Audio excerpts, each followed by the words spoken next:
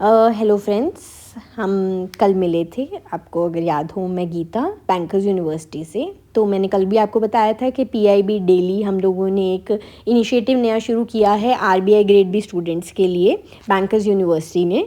तो आइए हम उसको आज कंटिन्यू करते हैं। और आज की हमारी पहली न्यूज़ है prime minister Narendra Modi's visit to Mauritius. तो हमारे प्रधानमंत्री ने इस साल 11 और 12 मार्च को मॉरिशस विज़िट किया to improve our bilateral trade relationship with the country. तो अभी हमारा जो ट्रेड है मॉरिशस के साथ वो करंटली 1.2 बिलियन यूएस डॉलर्स है।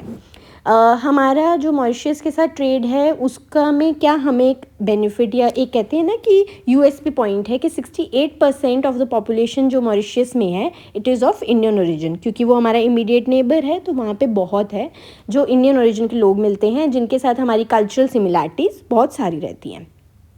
अच्छा,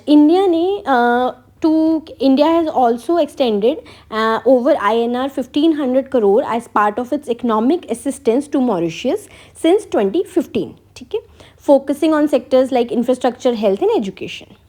आपका जो इंडिया है it is also cooperating Mauritius in defence by providing the defence equipment worth over INR 200 crore.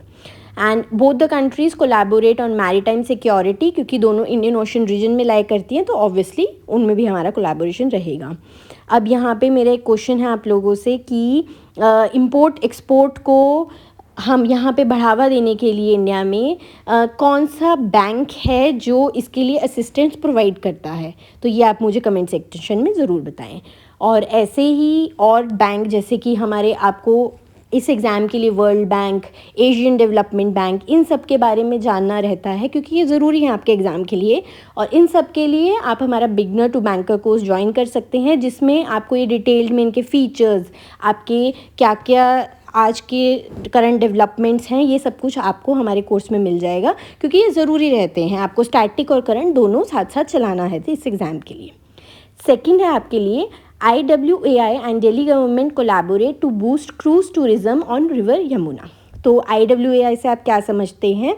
हमारा जो वाटरवे अथॉरिटी ऑफ इंडिया है तो वो क्या करती है कि हमें उनसे ये है कि inland waterway authority of India, इसके साथ दिल्ली गवर्नमेंट यमुना रिवर पे इंफ्रास्ट्रक्चर डेवलप कर रही है और इस प्रोजेक्ट में उन्होंने 100 करोड़ इन्वेस्ट किया है।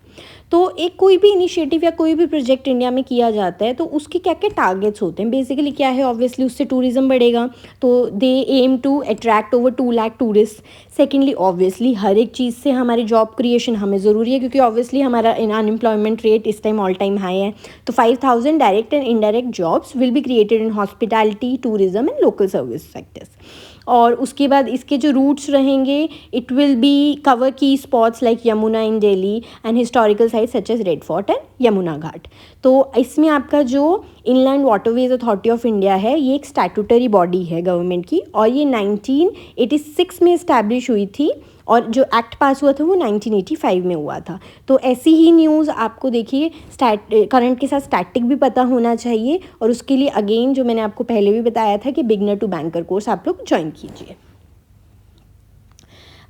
थर्ड है आपका government declares Jammu and Kashmir Ittihadul Muslimeen and Awami action committee as unlawful associations.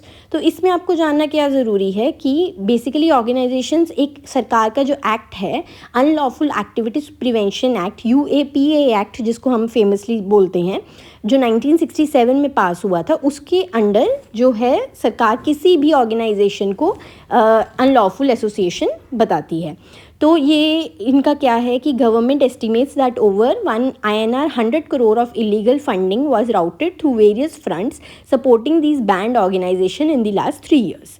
और सिक्योरिटी फोर्सेस के एक्शंस क्या रहे हैं इसके according? Since 2019 security forces in Jammu and Kashmir have neutralised over 200 terrorist with links to these group.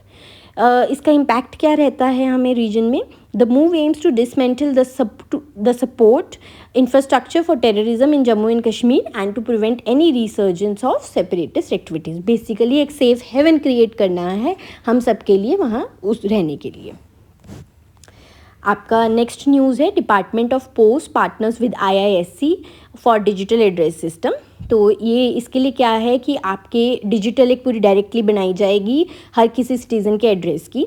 इसका initial budget for the implementation है approximately INR 50 crore and it is expected to be completed in 2 to 3 years। इसका initiative का benefit basically क्या रहेगा कि जो आपका delivery time आप जानते हैं हम लोग आजकल की हम सब ऑनलाइन शॉपिंग कितनी करने लग गए हैं। तो basically to reduce delivery time by 25 to 30% and eliminate up to 40% of address related delivery errors.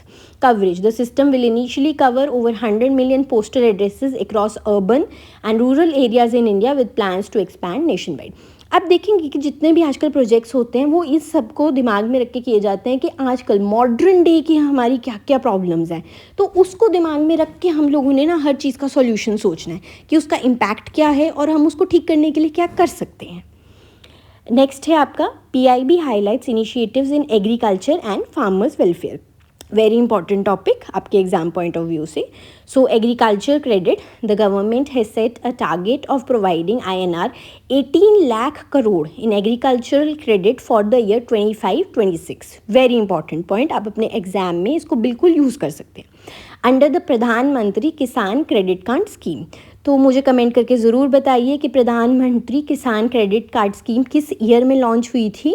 और इसके अंतर्गत बेसिकली मैं आपको बता ही देती हूँ कि इसके अंतर्गत हमें क्या होता है कि हम किसान को क्रेडिट देते हैं for cultivation, post harvest expenses and marketing produce.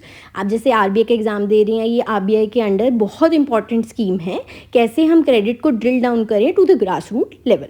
ठीक है, उसके बाद आपका ये पॉइंट हो गया। उसके बाद है कि यूनियन बजट में 25-26 में 2.5 लाख करोड़ फार्मर्स वेलफेयर के लिए दिए गए हैं, जिसमें उनको सब्सिडीज़, फाइनेंशियल सपोर्ट और बाकी वेलफेयर स्कीम्स में लगाए जाएंगे। और इनिशिएटिव एम करता है to directly benefit over 10 crore farmers with particular focus on small and marginal farmers.